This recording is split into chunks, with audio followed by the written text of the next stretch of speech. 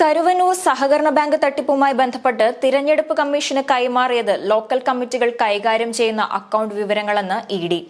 CPM കമ്മിറ്റികളുടേതായി 5 അക്കൗണ്ടുകളുണ്ട്. ഇതിന് KYC രേഖകളില്ല. CPM നേതാക്കൾ നൽകിയത് ഏരിയ കമ്മിറ്റിയുടെ വിവരങ്ങൾ മാത്രം. അതിനാൽ CPMന്റെ ഉന്നത നേതാക്കളെ ചോദ്യം ചെയ്യാൻ അന്വേഷണ സംഘം തീരുമാനിച്ചു. കരുവന്നൂർ ബാങ്കിൽ പുറത്തശ്ശേരി നോർത്ത്, സൗത്ത് ലോക്കൽ കമ്മിറ്റികളുടേതായി 5 അക്കൗണ്ടുകളുണ്ട്. ഇതിന് KYC രേഖകളില്ല. ഇവയിൽ ബിനാമി ലോൺ വഴി ലഭിച്ച പണം നിക്ഷേപിച്ചതായി സംശയിക്കുന്നുണ്ട്.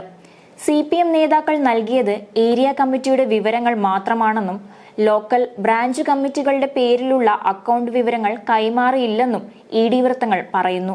ഇതിനായി CPMന്റെ ഉന്നത നേതാക്കളെ വിളിച്ചുവരുത്തി ചോദ്യം ചെയ്യാനാണ് അന്വേഷണ സംഘത്തിന്റെ തീരുമാനം. അതേസമയം കള്ളപ്പണക്കേസിൽ ED നോട്ടീസ് വന്ന സാഹചര്യത്തിൽ ധൈര്യമായി നേരിടുമെന്ന് കേസിൽ ആരോപണ വിധേയനായ CPM നേതാവ് MK കണ്ണൻ പറഞ്ഞു. അറസ്റ്റ് വന്നാൽ നേരിടുമെന്നും ഒന്നും ഒളിച്ചുവെക്കാനില്ലെന്നും MK കണ്ണൻ. ഇപ്പോൾ കേസിൽ സജീവമാകുന്ന ED നീക്കം രാഷ്ട്രീയ വിരോധമാണെന്നും തെരഞ്ഞെടുപ്പിൽ തൃശൂരിൽ BJPക്ക് ഇത് ഗുണം ചെയ്യില്ല, ഇപ്പോൾ ജനാധിപത്യ ഭരണമാണ് നടക്കുന്നതെന്നും MK കണ്ണൻ പറഞ്ഞു. കരുവന്നൂർ സഹകരണ ബാങ്ക് കേസിൽ ആരോപണ വിധേയനായ CPM നേതാവ് MM വർഗീസിന് ED നോട്ടീസ് വന്നിരുന്നു. വൈകാതെ ആരോപണ വിധേയരായ MK കണ്ണൻ, AC മൊയ്തീൻ എന്നിവർക്കും നോട്ടീസ് വരുമെന്നാണ് സൂചന.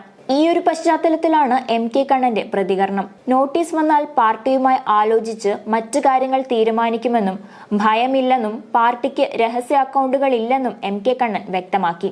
അതേസമയം ED സമൻസ് ലഭിച്ചിട്ടില്ലെന്ന് CPM ജില്ലാ സെക്രട്ടറിയായ MM വർഗീസ് പറഞ്ഞു. രഹസ്യമായ ഒരു അക്കൗണ്ടും പാർട്ടിക്കില്ല. എല്ലാ ചോദ്യം ചെയ്യലിനും സഹകരിച്ചിട്ടുണ്ട്. അന്വേഷണത്തിന് പിന്നിൽ രാഷ്ട്രീയ നീക്കമാണ്. അന്വേഷണവുമായി സഹകരിക്കേണ്ട ഒരു കാര്യവുമില്ല. CPMന് ഒന്നും മറയ്ക്കാനില്ല. ആരെന്തൊക്കെ പ്രതികൂല തടസ്സം സൃഷ്ടിച്ചാലും തിരഞ്ഞെടുപ്പിൽ വിജയിക്കും. ഏരിയ കമ്മിറ്റികൾ വരെയുള്ള അക്കൗണ്ട് വിവരങ്ങളാണ് തിരഞ്ഞെടുപ്പ് കമ്മീഷന് നൽകാനുള്ളത്. മറ്റ് ഘടകങ്ങൾക്ക് അക്കൗണ്ട് ഉണ്ടാകാം. അതിലെന്താണ് തെറ്റെന്നും MM വർഗീസ് ചോദിച്ചിരുന്നു. News desk M5 news.